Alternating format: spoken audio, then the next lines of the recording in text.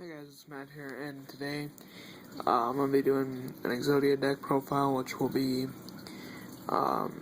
it's up to 2015 traditional format standards, and yeah, but also I got some other things to talk about. Before we get into the deck profile itself, didn't mean to show you that. I was wondering why he is not banned. I pulled him out of a pack the other day, and his effect is just insane, but yet he's not banned. You just attach a monster and you can destroy all the other monsters except for him on the field. So that gives you like a wide open attack to attack the life points directly. But yet Konami has not banned it, and yet like cards like, for example, Witch of the Black Forest are banned, and for example, another one that I don't understand why it's banned is Thousand Eyes Restrict, and because if you were to super polymerization it, which I understand is still illegal, but yet you would only get out for one turn, not even be able to attack with it, basically, and it can attack that turn, so basically you're paying 1,000 life points for nothing. And to get it out, you have to have Relinquish, Thousand Eyes, Idle, and a polymerization, or a Dark Hexfield Fusion instead of one of the two. I mean, but that's just still insane that you have to pull off a Ritual Summon plus have a 0 attack monster be in your field and Ritual Summon it. But that's it for that. But also, guys, I wanted to talk to you guys about what what I did buy for unboxings and deck profiles for you guys. I bought a booster box. Well, 2 booster boxes. I bought one of Battle Pack 2 and Battle Pack 3. Then I bought the Cyber Dragons structure deck that just came out recently. And I'm probably going to buy the Heroes Strike here soon. So, and I'm probably going to do a Legendary Collection 5 opening here soon once I get some money. And, because they are becoming a little bit pricey. They're like $32 at Walmart. So, I am going to try and get you guys one and open it for you guys, and hopefully we get some awesome pools. But I ordered them, so they should be coming in this week sometime. But let's get into the deck profile. So first we got Exodia's head, legs, arm, legs, another arm. I thought I had those in order for some reason, but then we got Sonic Tricks, just so you can stall around, so your opponent can't necessarily attack you unless they have a 1900 or less monster. So, and then there's a Gravekeeper's Curse, just so that you can inflict 500. Skilled Force, you can tribute it and destroy one monster. Hane, you're able to return one to the hand.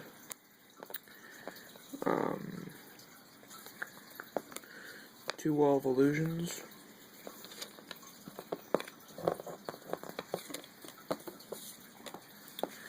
A card D, which I only have one of. I thought I had multiple.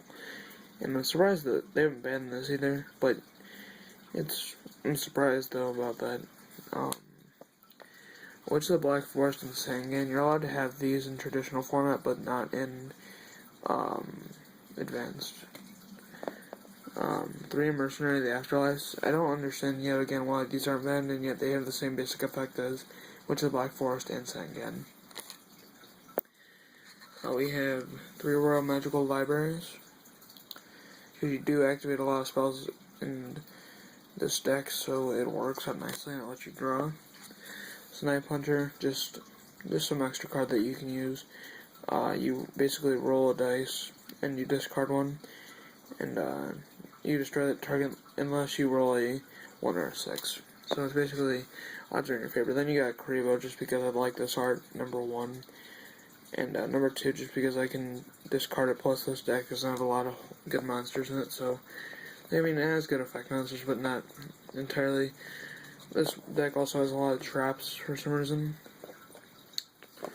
Actually, I'll put that one on the bottom. Okay, so the first one would be Mask of Restrict, so your opponent can't tribute and get higher monsters out on you. Backup Soldier, since Pot of Avarice is is still in format, but this would also work if you got this and your Exodia cards were in your graveyard. Then you just add them to your hand, up to 3 of them, which makes it nice. Regeki Break. I can discard one, destroy anything on the field. 2 Reckless Greeds, because I've been reading online, and it sounds like if you were to activate them both at the same time, you'd only still have to not be able to draw for 2 turns, so that would make it kind of nice, but I'll have to get more info on that, because I'm not really sure. I've heard a YouTuber say that 1 or 2 times, that you can do that. Next, there's a Mind Crush, which is basically, if you know your opponent gets something out of their deck, and you can just automatically get rid of it. 7 Tools of the Bandit. I just pay 1,000 life points and get rid of a trap card, which makes it nice as well.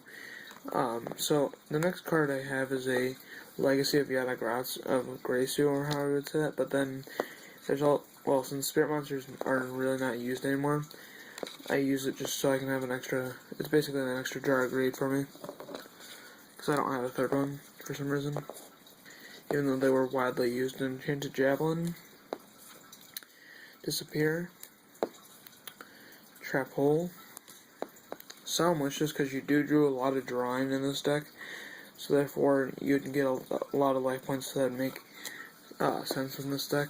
Last Trap, there's a Dust Tornado, and I'm not necessarily sure, I'll have to check on it, and make sure that this one's not limited, because I believe it is, so I only have 1. I couldn't remember, and I don't have the list in front of me right now.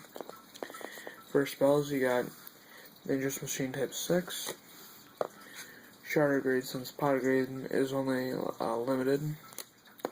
The Dark Dwarf, so your opponent can only attack with 1 monster per turn.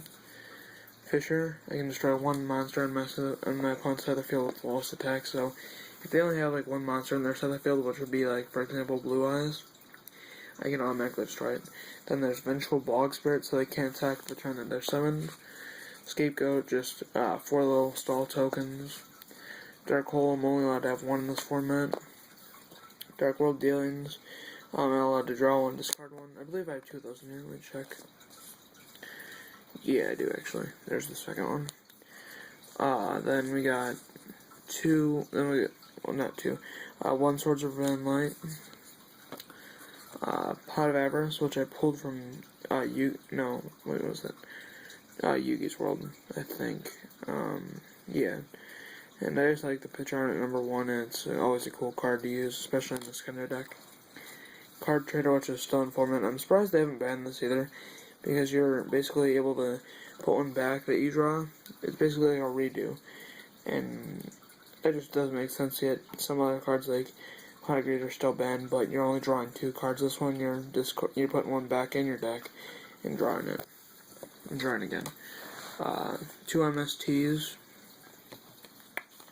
Those always work nicely in some decks. And then I got a Starfall Pot of Greed, which I like how that looks on it, just because it looks cool, especially with Pot of Greed. I always like that art, just because, I don't know, it just reminds me of, like, Shrek. I don't know why, it just, something funny. I don't know.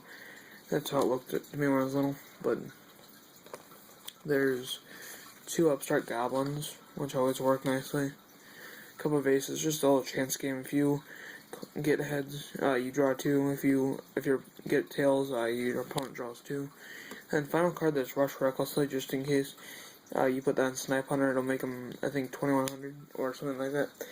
But again, guys, I am opening, and I will be opening and making more deck profiles here soon for the 2015 ban list and whatnot.